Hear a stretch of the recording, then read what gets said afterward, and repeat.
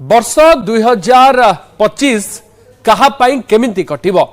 कहार गणना कौन कहूछि ज्योतिर्विद एने कौन गणना करुछंती ये भारी रोचक राज्य राजनीति रे कौन रहिबो भाग्य भविष्यत राज्य बीजेपी सरकार तथा मुख्यमंत्री मोहन माझी केमिति कटिबो सेबडे पूर्वतन मुख्यमंत्री तथा विरोधी दल नेता नवीन पट्टनायक वर्षटी केमिति कटिबो याकु नै आरंभ हो जाइछि चर्चा। यार भितरे समस्त नजर ओडिशा राजनीति उपर रही। प्रथम थर पाई राज्य रे बीजेपी एकाकी सरकार गठन करिछि। मुख्यमंत्री होइछंती मोहन चरण माझी। 2025 वर्ष तांको पाई केमिति कटिबो ज्योतिर्विद विद्युत कुमार साहू कहते कि राज्य पाई शुभ खबर आसिबो राज्यर अनेक उन्नतिमूलक काम हेबो। वास्तुविद सुजाता मिश्र कहते नवीन पट्टनायक भल अच्छी लोकप्रियता बढ़िबो मंगल स्थिति भल आड़ को जाउछि। राज्य तो यहाँ गोटे शुभ शुभ खबर कारण जेहेतु आम यहाँ पॉलिटिकल ऊपर आप क्वेश्चन पचारे जेहेतु पचारे आम जेहेतु जो ज्योतिष आमर गोटे उद्देश्य आमर कहबार अर्थ जे आगामी 2025 मसीहा बीजेपी तो देखो आम कौन पार्टी की ना नहीं कहबाटा उद्देश्य नुहे किंतु जो चलती जो मैंने भी अच्छा से भल राजनीति करेंगे और राज्यर अनेक उन्नति हम यह मोर आशा निश्चित रूप से सार भल निश्चित रूप से भल भावार ना सारा समग्र ओडिशा भल केवल मुख्यमंत्री नुहति समस्त भल रही। 2025 नवीन पट्टनायक केमिति रहइबो सी तो समस्त हृदय थिले अछंती और रहिबे सब बेले जो जिनस हेइची जोटा 2024 रे तांको से जो निजर पदवी रु बाहरी जाइछंती किंतु आगो को लोकप्रियता तांकर बहुत बढ़ी जीवो लोकंक तांको प्रति भल पाइबा बढ़ी जीवो काहे कि ना मंगल कनेक्ट होउचंती आ नवीन पट्टनायक का मंगल स्थिति बहुत भल अछि जहा पाए कि हमर माटी ओडिशा माटी तांको बहुत प्रशंसा करिवे भल पाइबा देबे बहुत किछि तांको पाए कि भल पाइबा आगो अपेक्षा बहुत बढ़ी जीवो। राजनीति परिवर्तन तो एबे किछि हबो नाही कहीं किछि सेमती चेंजेस नाही किंतु एटा अछि जे हमर मोहन माझी सरकार जे वर्तमान अछंती तांको पई धीरे धीरे लोकंक माने जो अछि आशा विश्वास थिला धीरे धीरे सेटा भांगुची आ सेटा धीरे धीरे कोन से मोड को नब तो आगो को जाना पड़ियो किंतु 2025 रे मो तो एति की जानछि जे टोटली भी माने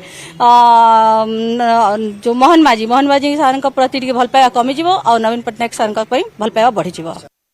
राज्य सरकार कथा जी आम आलोचना नवा तेबे राज्यर मुखियांकर प्रथम देखा पड़ो राज्यर मुखियांकर नाम अनुसार आम बर्तमान जी आम पाखे तथ्य अच्छी विषय नाम अनुसार श्रीयुक्त मोहन चरण माझी मोर आरंभ होती सिंह राशि देखा ए वर्षटी निश्चित जून मास पर्यंत रे कंट्रोवर्शियल रही चैलेंजिंग रही जून मास पर धीरे धीरे से सब अपसरी जीव से ठीक ठाक रहिबो सब तापर बीजेपी पई जदी देखिबा ताले बीजेपी गोटे जातीय दल बीजेपी तो खाली हमर आंतर माने ये दल नुहे ना जोटा रीजनल पार्टी नुहे ना तेणु बीजेपी जदी देखिबा सेठी भी दलर नेतृत्व नउछंती वर्तमान भी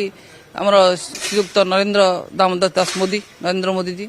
तांकर जदी देखिबा तांकर जन्मजातक संगर विचार राशि निश्चित भाव में जून मास जाए कौन प्रकार असुविधा हेनी जिते झड़ झंझा आसे सब अतिक्रम करेंगे आराम से करेंगे। मोहन माझी सारंगर तो मुख्य जातक मो पाखे ना किंतु तत्काल प्रश्न कुंडली वर्तमान रे देखा तो मीन राशि आसो नाम अनुसार देखा तो मध्यम फल दब मिश्रित फल दब बोली आशा करा जाए गुड़ाए झड़ झंझट मध्य पास प्रवेश करी पार हबार संभावना अच्छी। नवीन पट्टनायक सारंगर मुख्य कुंडली मो पाखे वर्तमान नाही जेपरिक मु कहली चलित कुंडली तत्काल प्रश्न आउ नाम अनुजाई देखा माने एई वर्ष तांकर किछि लोकप्रियता वृद्धि पाइबार आशा अछि नहीं राज्य रे एई वर्ष में 2025 आज 2025 मसीहा आगामी मसीहा पे विशेष किछि हानि नाही गुड़ाए झड़ झंझट माने बात्या फात्या भली संकट आसी पारे किंतु विशेष क्षतिगत हेब ना ना ना एई वर्ष कोनोसी राजनीतिक परिवर्तन नाही। देवगुरु बृहस्पति द्वितीय